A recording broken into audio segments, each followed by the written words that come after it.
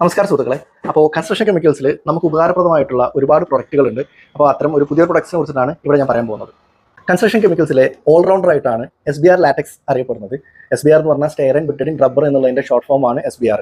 ഈ SBR നമ്മൾ ഒരുപാട് യൂസേജിന് വേണ്ടി കൺസ്ട്രക്ഷനിൽ യൂസ് ചെയ്യുന്നുണ്ട്. ലൈക്ക് പ്ലാസ്റ്ററിങ് ചെയ്യുമ്പോൾ അതിൻ്റെ സ്ട്രെങ്ത് കിട്ടാൻ വേണ്ടിയിട്ട്, അതിൻ്റെ ക്രാക്ക് റെസിസ്റ്റ് ചെയ്യാൻ വേണ്ടിയിട്ടെല്ലാം നമ്മൾ SBR ലാറ്റക്സ് യൂസ് ചെയ്യാറുണ്ട്. അതേപോലെ നമ്മൾ വാട്ടർ പ്രൂഫിൻ്റെ ആവശ്യത്തിന് വേണ്ടിയിട്ടും SBR ലാറ്റക്സ് നമ്മൾ ഉപയോഗിക്കാറുണ്ട്.